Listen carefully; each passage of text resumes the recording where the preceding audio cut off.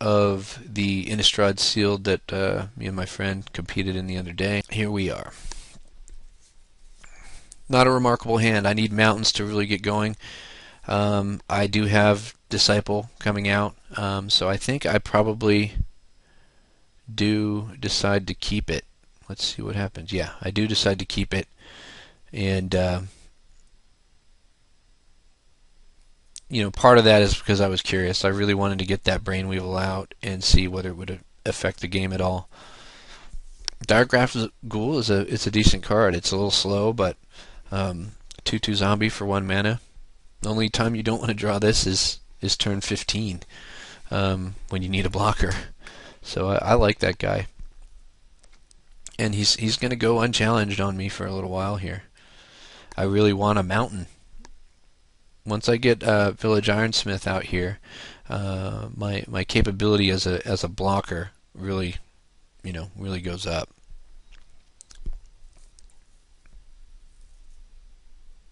But I do have my Bloodline Keeper, and I've got plenty of lands now to cast him. So I have little fear. If my opponent's playing black and green, there's not a lot of removal that'll take care of this Bloodline Keeper. This sucks here. I'm going to play the Butcher's Cleaver because I have nothing better to do. And I'm taking a ridiculously huge amount of damage from this ghoul.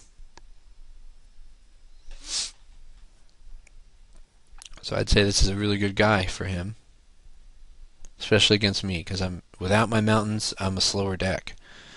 This guy's going to be scary for me. I have to make sure that I keep him from flipping. Probably should play the Keeper right now, but I play the Scarecrow. I make a defensive play.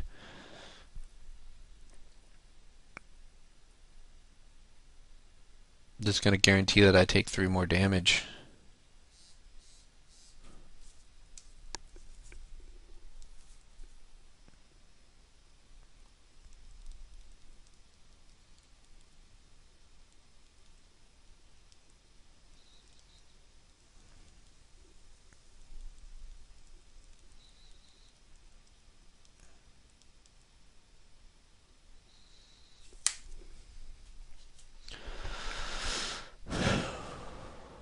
And that's why that ended up sucking. He got his Festerhide Boar out of the deal, and that thing's just huge now. I got to get my Keeper out there. I'm not expecting to win right now, but the only way I have a chance is if I get some vampires out.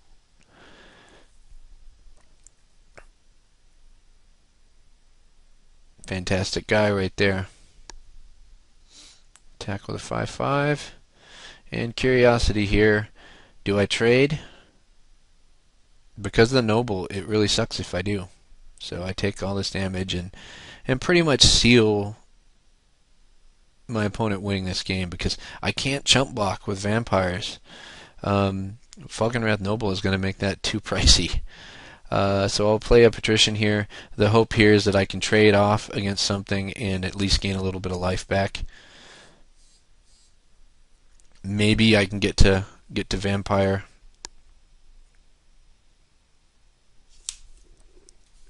To Vampire number 5 before dying. I mean, basically, what I'm hoping here is that my opponent rests. He doesn't try to swing at me, because if he tries to swing at me, I'm in trouble. Another thing he can do right here is not do anything and flip his Mystics. And he's in a position where he would be fine with doing that. He's in no danger from me.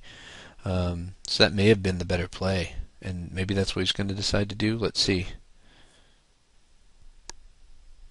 Because those 5/5 regenerating, whatever they are when they're flipped, are scary for me in this particular game.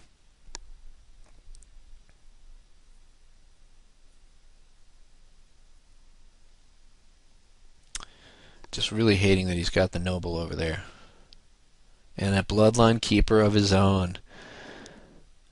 So that's nice right there.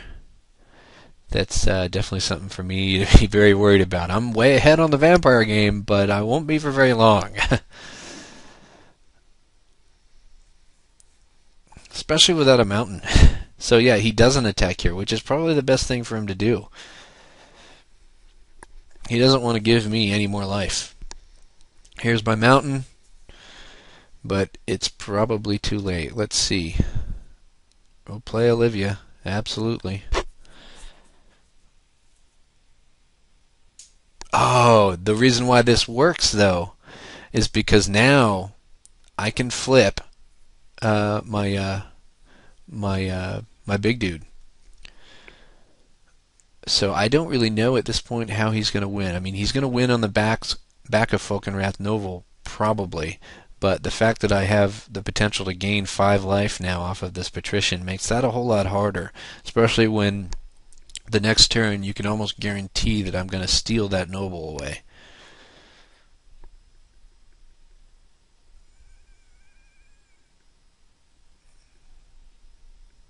So that's where if he had attacked last turn, that may have actually been better for him, because it would lower my vampire count. And oh, well, here we go. He wins on Brimstone Volley. Fantastic way to win. That's why you play a card like that. Not only is it good early game, but it can close. And so he closes with the Brimstone Volley. And I believe I'll be losing against this opponent. So we'll go straight into sideboard, and then we'll take our break, breaking format a little bit. I know now I'm playing vampires. So Wooden Stake is very good. I've learned through playing this that some of my other cards are a little bit better, but one of the things that I'm sure of at this point is that Butcher's Cleaver is just too slow for this build. So we know Wooden Stake's got to be there. We know Blazing Torch should stay. And everything else looks pretty good with this deck. At this point, am I aware that Reaper from the Abyss is too slow a card for me? No, I'm not. I mean, honestly, every time I got to sideboard with this deck, I probably should have gotten rid of Reaper from the Abyss and put in something more early game useful, like Skeletal Grimace. The thing that tends to scare me from doing that is when I have a semi-lower creature count. You know, every time you add an equipment or an enchantment to your deck and take out a creature, you run the risk of not having anything to put that thing on. So I'm always real hesitant to trade out creatures for equipment or enchantments, because those things really just don't work unless you have targets. So we'll stop here and we'll go right into the game. Okay, so I believe this was the final round of the Innistrad Sealed. We're playing against a mirror deck here. Now, weirdly enough, instead of having all swamps, I've got all mountains. Strange thing to have happen, but it's magic. It can happen. The nicer thing about this setup is, though, I do have my Village Ironsmith for the early part of the game, which is when we want them. We want them to be available to us as early game beaters or early game defenders. Now, Vampire Interloper is very tough for me. I have vampires. I have ways to deal with him, but he's gonna get in there and he's gonna do a lot more damage than he really should early on. And probably one of the reasons I may lose this is through not using Blazing Torch early to get rid of that threat. Because you know, the evasion ability on Blazing Torch for me this game won't really matter. But see, I get really scared here. He's got Mayor of Avabrook, and that becomes the card that I focus on. And because I'm focusing so hard on Avabrook, this little vampire is going to go a lot further on me than it really should. So in order to try and avoid him getting him flipped, I'm going to try to make sure that I'm casting something every turn. I'm also trying to keep lower casting cost cards available to me so that I have the capability to reflip him in case my opponent decides to just wait a turn. Now, if I were playing this deck, I would probably never wait. I don't think there's really much of a reason to sit around to trigger a werewolf. You let it happen, or you build your board and play the game like you would. Now, if he has nothing to cast here, of course, he's not going to do anything, and he's going to let his mayor flip. But I would never sacrifice a turn for something like that.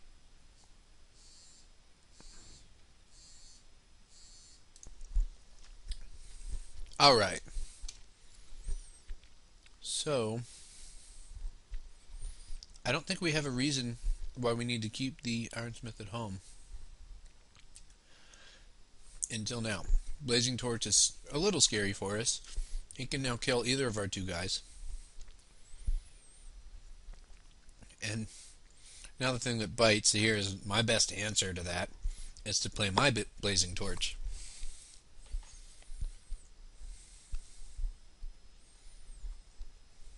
But it kind of sucks, because if I were to play it and equip it, he would probably just sack and kill the guy that I equip it to. So this is an instance where him playing his torch first kind of gives him a little bit of power over me.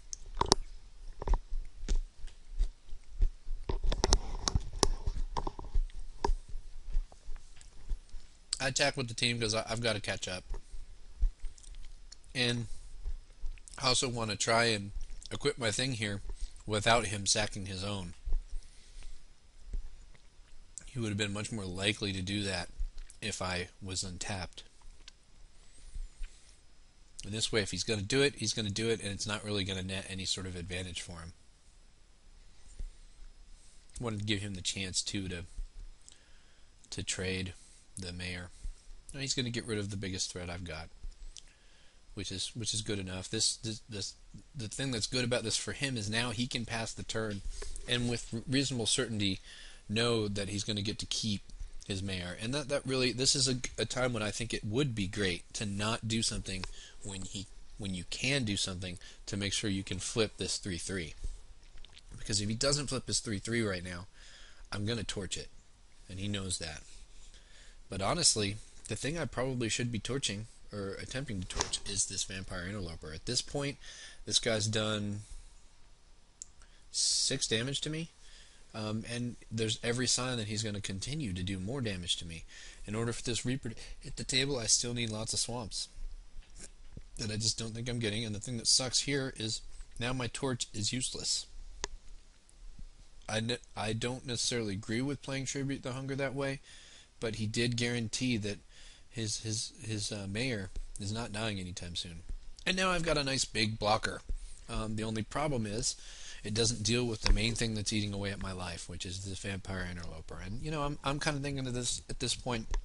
I still have a good chance of getting some flying on board, and maybe I can recoup some of the losses from this guy. But this game is rapidly getting to the point to where a well-timed Brimstone Volley is going to lead to 5 damage and going to cause me to die.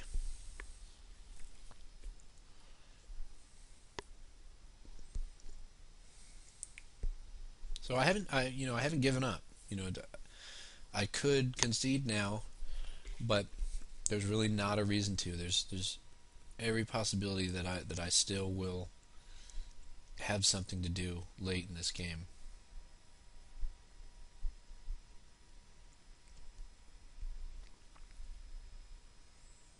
And I really think that if he had anything to play here, he probably should have played it.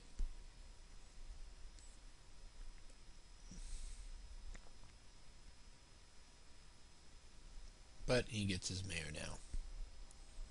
He's got his Hellpack Alpha, which is going to allow him to start making lots of dudes. But what I'm going to do is I will play my Fen Snake.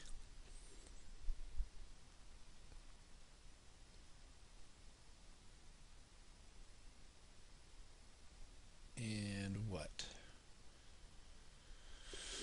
We'll play the Stake. That's going to allow me to flip his mayor again, and the hope there is that if I keep him from getting wolves, one, that's a good thing, and the other part is if I keep him trying to get this guy flipped back to a Hellpack Alpha, then that's going to hopefully slow down his play a little bit. Now I've got 2 guys that can do a very good amount of damage back to him, and guarantee that, okay, yeah, he's going to do some more damage with his Interloper, but now I've got 2 very potent threats on the board.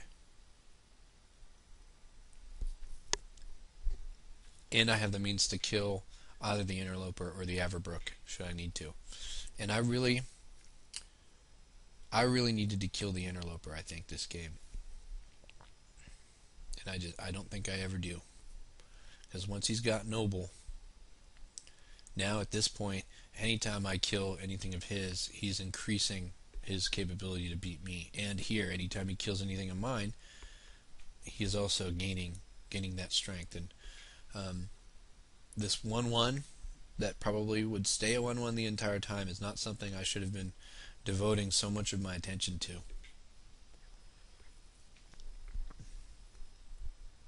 Disable, nice for me. That's a great buyout way for me to gain life back. Plus, it's a human.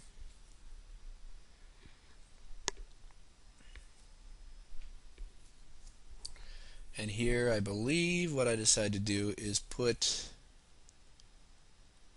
the stake on the Scourge so that I can get an extra point of damage in.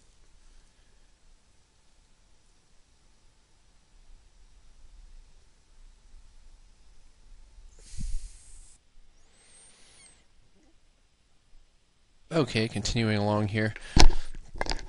We know that we really just don't have a good chance with this game. I think here that I've decided to equip the wooden stake to the Scourge, hoping to try and maybe trick him into taking too much damage. But at this point, he knows he can sacrifice that Mayor of Averbrook. The fact that I've been paying so much attention to it so far has already pretty much gotten me down to that territory where Falkenrath Noble can really affect the game. You know, Falkenrath Noble, cast on turn 4, not that big a deal, but cast this late in the game when the opponent is under 10 life and there are lots of smaller creatures that are relatively easy to kill on the board, this guy's really gonna do some good things, and I really needed to either Blazing Torch the Noble or Blazing Torch the Interloper here. And I don't end up doing that. Instead, I pull a total Quimby and put the wooden stake on the Disciple. He's not going to be blocking anytime soon. Am I afraid of what? A haste vampire? Are there any? I don't think so. At least not in this set. You know, there's plenty of haste vampires in Zendikar block, but not here.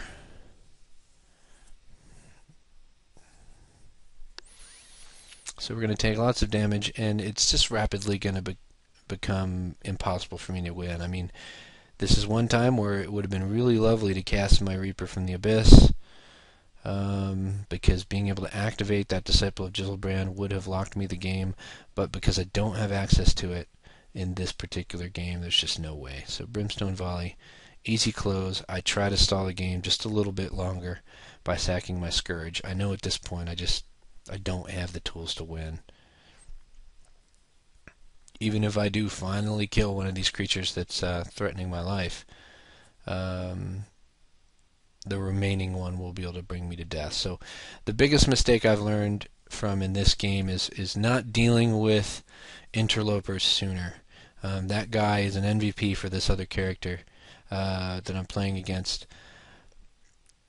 Because I was a little overconfident and I thought that I would be able to get my flyers or my flying defense, the one-eyed Scarecrow, earlier, I allowed that guy to really run away with me on my life total, and it's all because I focused on that Mayor of Averbrook, who was not that big a threat. I have a deck that can deal with werewolves, and heck, even if he had gotten a wolf token out of that guy, 1 or 2 wolf tokens is no big deal.